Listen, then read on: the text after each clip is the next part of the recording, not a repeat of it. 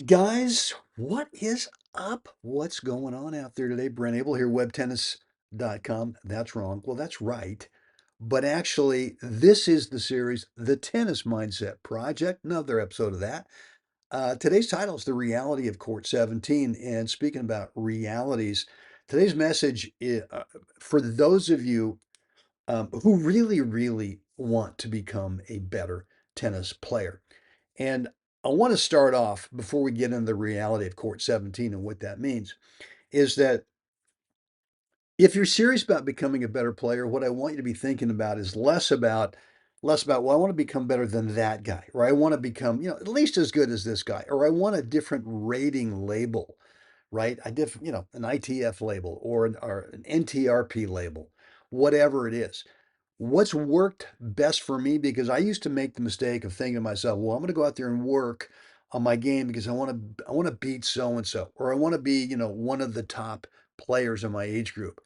And trying to compare myself to others is an uncontrollable because you have no idea what they're doing. You have no idea what they're working on. And I know the algorithm for these ratings is supposed to be objective, but let's be real, it's a little funkified, if you ask me. So the better way of approaching it, and what I've been doing over the last, I don't know, decade or so, is thinking about what can I do today to become a better version player of who I am, right? I want to just see how good I can get. And so now what you've done is sky's the limit. You're not limiting yourself to being, well, I just want to be as good as this guy, or I just want to get a certain label, rating label, right? I've stopped thinking that way, and I want you to consider that as well. Just start thinking about, man, how good can I actually really get? And so once you decide that's what you want to do, then the only thing left is just how insanely obsessed do you want to get with seeing how good you can get. And part of that obsession is the reality of Court 17. Court 17 is a metaphor for you getting out there, whether it's on the tennis court or whether it's in the gym or something else where no one else is around. No one knows what you're doing. No one sees you. No one's watching. They're sort of validating, your efforts to become a better player. This is all you. You're on your own. No one else is out there. I mean, I've done some crazy stuff, man, where, anyway, well, I'll tell you a short little story about what I think is getting out there to Court 17. A couple of years ago, Maya and I we're building this house in Colorado, and it was late fall and it was snowing. It was crazy. I went to the top of Rabbit Ears Pass and decided there's this one place up there where, in the wintertime, they've got cross country skiing. It's a big parking lot. And this is before the winter had hit where the cross country trails were actually ready. But there's this huge parking lot up there and it's snowing and it's cold. And I put on my hiking boots and I go up there and I'm doing wind sprints. I don't know what's the elevation up there, top of Rabbit Ears Pass. 9,000 feet. I don't know what it is. I'm doing wind sprints in this parking lot. Probably doing like 50-yard sprints back and forth, snowing crazy. And I'm going to myself, I don't know if there's anyone else, certainly in my age group, that's doing this today. Anyway, but that's the metaphor for Court 17 is getting out there where and when no one else is out there. Look, we have 24 tennis courts here at the Mission Hills Country Club, Rancho Mirage, California, 10 grass, 4 clay, and uh, and 14 hard courts. And one of the things I love to do, and this is only if you really want to see how good you can get. This is only really if you're insanely obsessed with just seeing exploring what those outer levels are for you in your game. I got a bag of 50 balls and I'll take them out there on a regular basis mid-afternoon. And some days, just the opposite of doing wind sprints when it's snowing on top of Rabbit Ears Pass in Colorado. When I'm here in the desert, there's times, in the fall or early spring, or we've been here in the summertime as well. it's stinking hot at 2 o'clock or 3 o'clock in the afternoon. And I'll take my 50 balls, bag of 50 balls out there. I'll mix in some serves. I'll mix in dropping and hitting some forehands where I'm working on just one fundamental, right? What is that thing on the forehand? I just want to keep grooving in there, drop and hit some backhands, doing the same thing.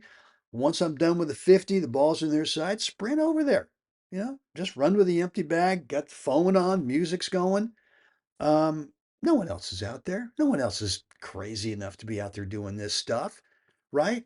So, um, yeah, whether it's that, doing some sprints, whether it's doing some lunges, side to side lunges from, the baseline, from going single sideline to double sideline, back and forth, all the way up to the net, kind of doing some backward sprinting, that kind of stuff. And if you're doing backward sprinting, look, got to be super careful. Last thing you want to do is trip and fall backwards, noggin, back of the head, boom, watermelon going crazy. Not great. So be careful with that. But whatever it is for you, I want you to start thinking about what is your court 17, right? I mean, the gym for me is a court 17, right? I used to go over here. We got a gym here at the club, um, and there's a gym in Colorado too. So when we're there as well. But I stopped going to those public gyms, or those member gyms, because there'd always be someone on the machine that was next in my routine that I wanted to get on. They were just sitting there looking at their phone doing nothing. And I'm kind of hemming and hawing like, hey, dude, and he'd look at me with, a look of, dude, I'm in between sets. You got a problem with that? Okay. So I ended up building garage gyms, here in the desert and also in Colorado. And they're Spartan. They're minimal. I got a stationary bike. I got a cable weight machine.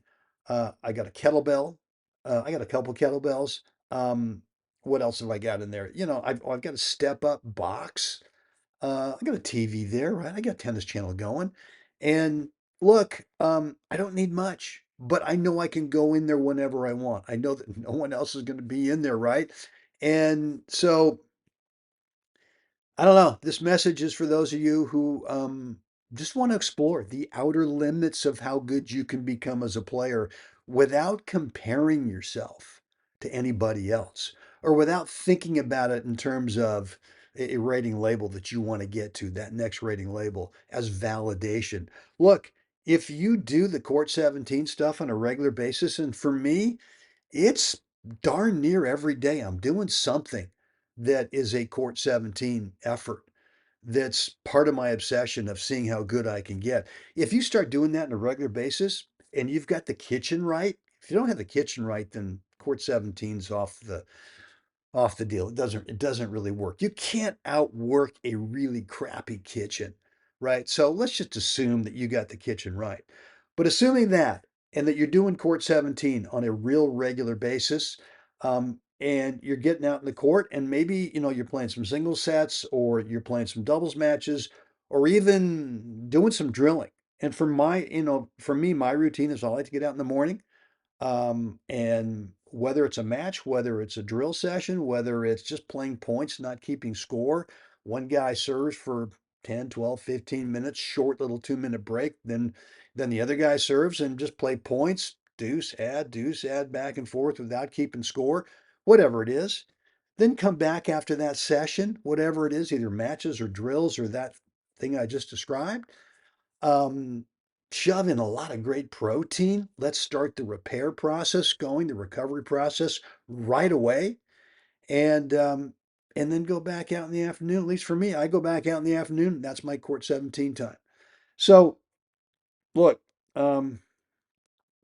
yeah, that's this message is for a few of you, and if that's you, man, I would love to hear from you. And you can either down below in the comments area let me know kind of what your court 17 is, uh, and how often you're doing it, all that kind of stuff. And if you want to keep it private, just shoot me an email, brent@webtennis.com, and we can keep the conversation going privately if that's your preference. No problem with that at all. But whatever it is, would love to hear from you one way or the other. Guys, look, if you're new to my channel here at YouTube and you've not yet picked up a free video that I've got for you, which is the reality, the 80-20 reality of when we're playing matches, and which says that 80% of the time when we're on the court in a match, singles or doubles, we're not playing points. Only about 20% on average during a match are we actually playing the points, which means that if you manage the other 80% of the match, which is between points and on side changes, when you manage that really, really well, good things tend to happen during the 20% of the match where you much more consistently seem to play at the very top of your current skill level, point after point after point. Look, if you've not picked up this free video, it's a 9-minute video, and in it, I describe my 4 parts between points routine. And look, when you're disciplined to it, like I said, good things are going to happen during the 20% of the match when you're actually playing points. Right down below, there's a link. Click it, drop in a first name, email address, and you will get immediate access to what I think is a game changing skill, which is how you manage your between points and side change time in your matches. Guys, that's it for me today. As always, yep, it is time. We got to get out there, help someone else have a spectacular day. Guys, I'm going to see you again next time.